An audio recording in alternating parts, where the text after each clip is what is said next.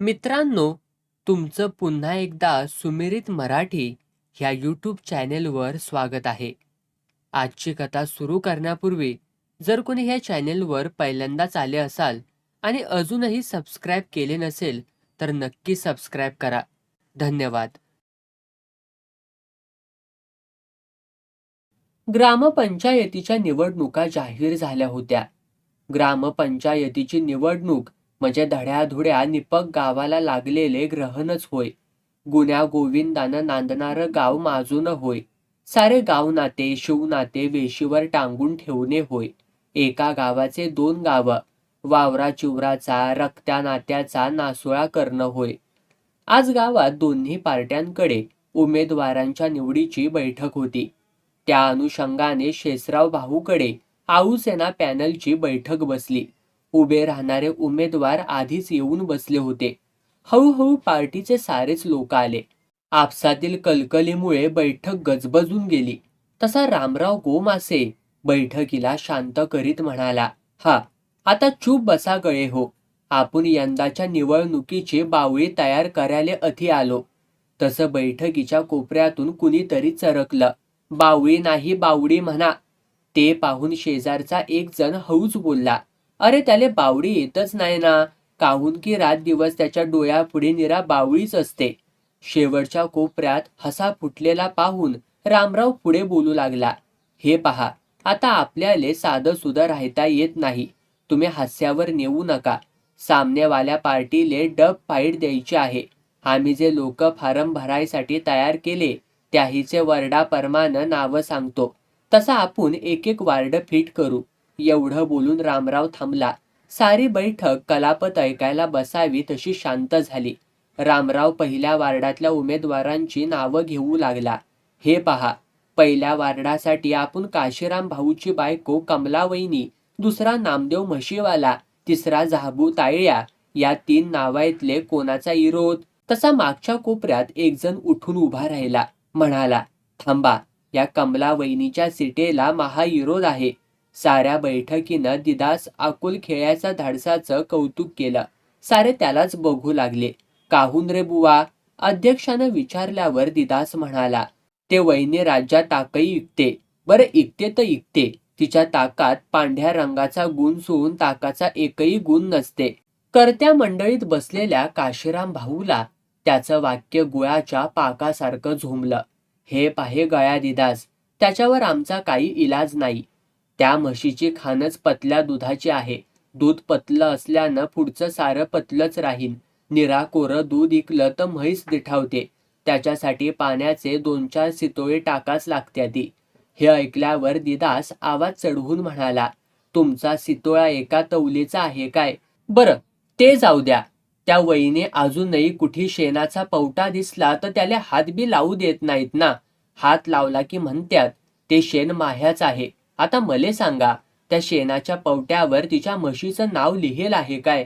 दिदाच्या वाक्यानं सगळी बैठक गदागदा हसली. रामरावनं दोघांनाही शांत करून पुढच्या उमेदवाराबद्दल चौकशी केली. हा, आता नामदेव म्हशीवाल्याले कोणाचा विरोध? आपला आहे, असं म्हणून व्यंकट तेलगोटेने आपलं तक्रार पुस्तक उघडलं. त्यानं राजा गेल्या साली माया पोरीच्या 4 सोयरिका हुकोल्या.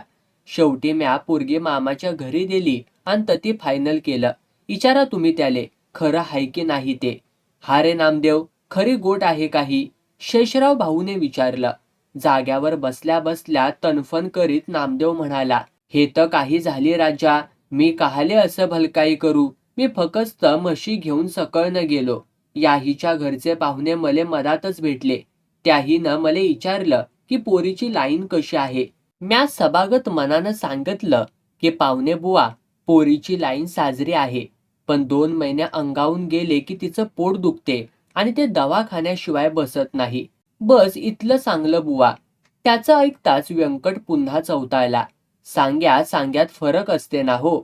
लोक भलकाईच अर्थ काढतात त्याचा. बरं, हा बुवा एवढ्यावरच थांबला नाही. अधिक काय सांगलं विचारा त्याले. अधिक काय सांगला रे नामदेवा? म्या स्वतःहून सांगलं नाही हो. त्याहीनंच विचारलं की पोरीच्या मायची लाईन कशी आहे. म्या म्हटलं, पोरीची माय तर एकदम साजरी आहे.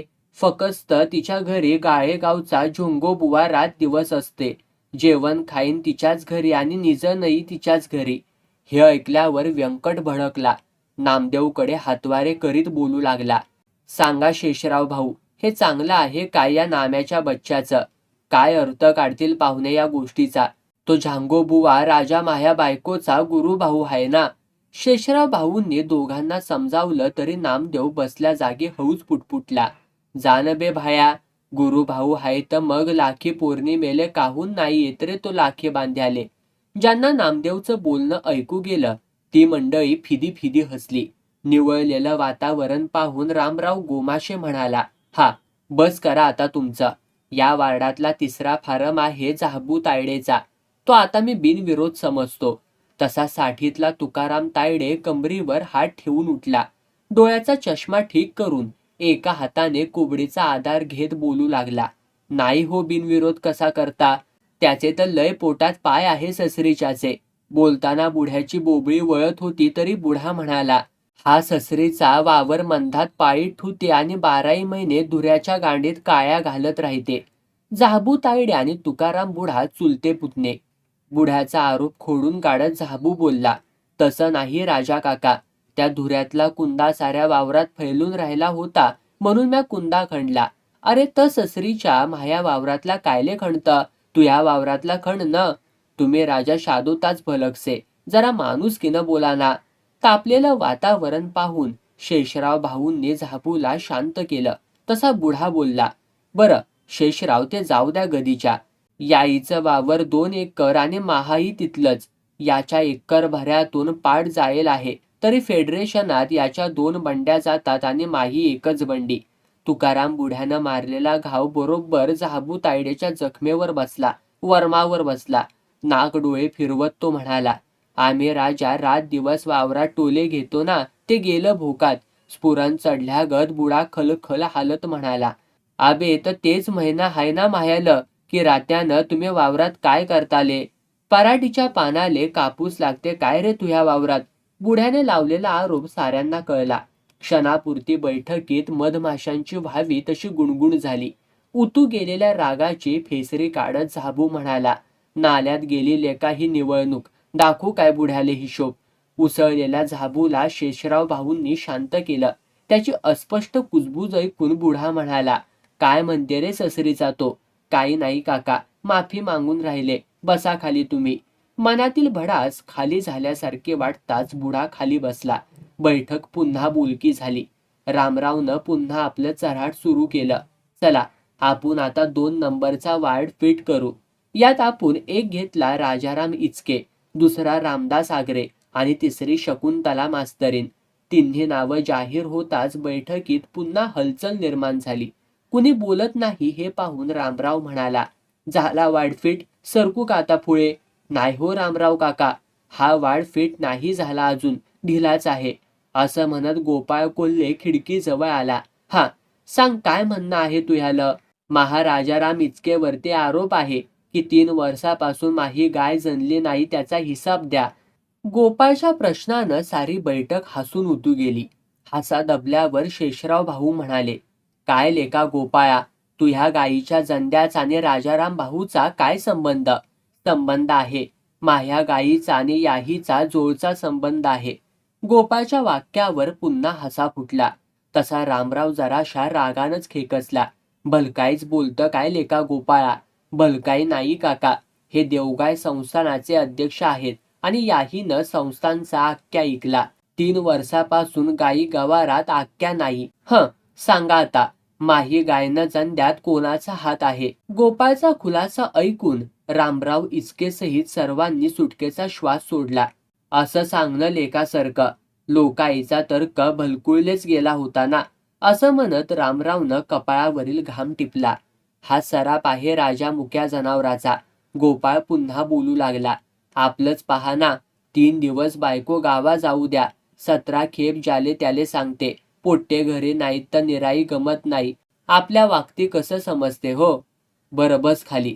आता निवडणुकीच्या अगोदर आख्या आणू. मग रामरावनं पुढचं नाव घेतलं.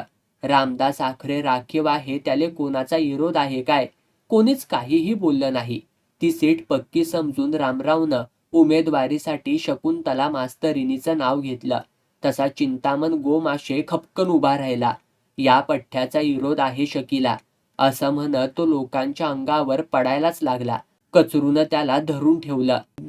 धरून ठेव. हा, मी बोलतो. हा, म्या एक खेप शकीले म्हटलं, मास्तरीन आपण जाऊ इतवारे वावरात आले डबा घेऊन.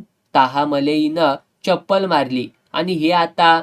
मास्तरीन बैठकीतच बसलेले पाहून शेषराव भाऊ त्याच्यावर खेकसले. चिंत्या, काय लावलंयस हे? दारू पिऊन भलकाईच बोलतले का? तसा चिंतामण हात जोडून म्हणाला, मी पेलो मामा, पण खोटं नाही बोलत.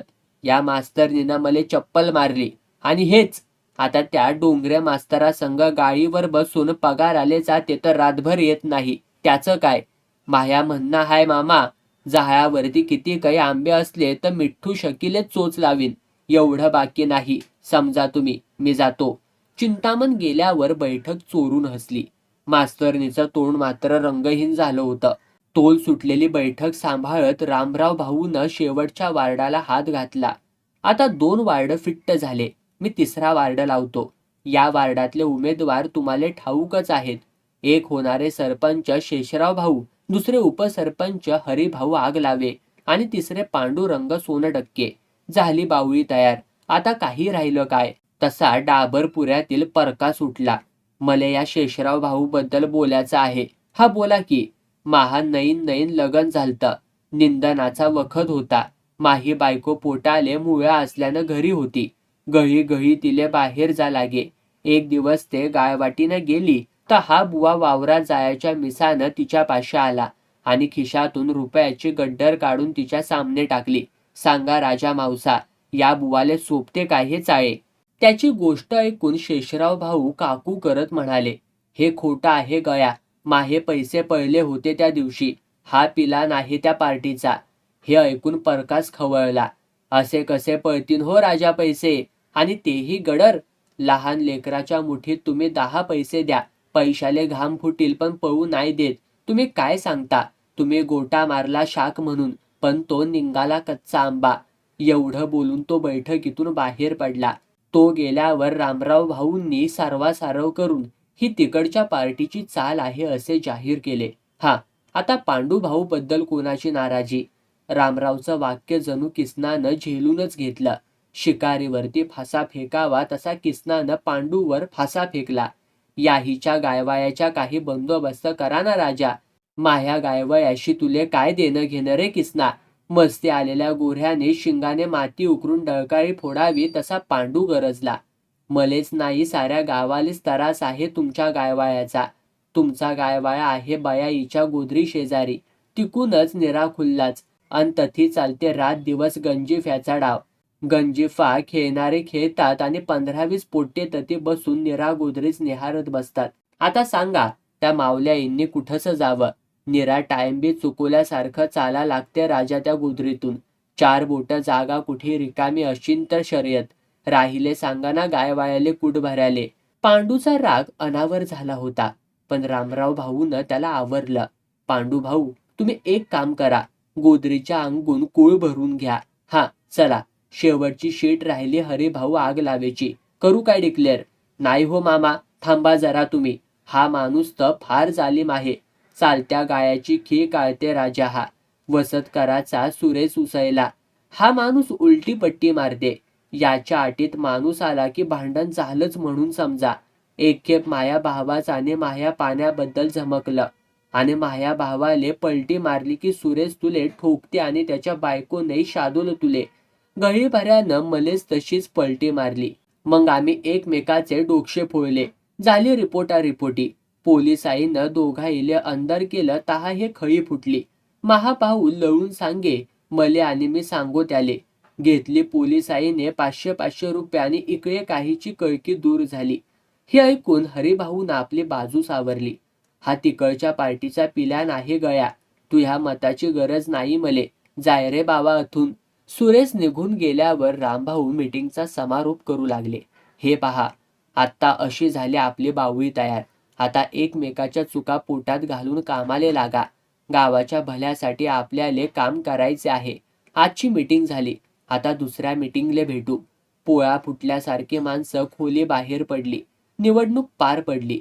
शेषराव भाऊच्या पार्टीचा पराभव झाला. भाऊला आपलं अस्तित्व कमी झाल्यासारखं वाटलं. ते बैठकीत बसून बेचैन अवस्थेत बिळी ओढत होते. तसा जयदेव माली तिथं आला. हे गया जयदेव, हारलो राजा भाऊ आपण. नवळून कोणाले यायचं होतं रे? आपल्याला फक्त गाव एका जागी बसू द्यायचं नाही. त्यासाठी काय करावं याचाच विचार करत होतो मी. मग आलं काही ध्यानात? आलं ना. तू एक काम कर. सांगा ना भाऊ, तू ह्या घरच्या न्हाणीत जाय आणि 5-6 गोट्या आपल्या पार्टीच्या घरावर फेक आणि 5-6 तिकड्या पार्टीच्या घरावर फेक. मग पाहे सकाळून गावाले कसं माजून येते. शेषराव भाऊच्या फॉर्म्युल्यानं काम केलं होतं. सकाळी गावाला पुन्हा पार्टीचं रूप आलं. पुन्हा एकदा मिटिंगा बसू लागल्या. शेषराव भाऊचं अस्तित्व पुन्हा उजळून निघालं. त्यामुळे गाव मात्र पुन्हा एकदा गाव नातं विसरलं होतं.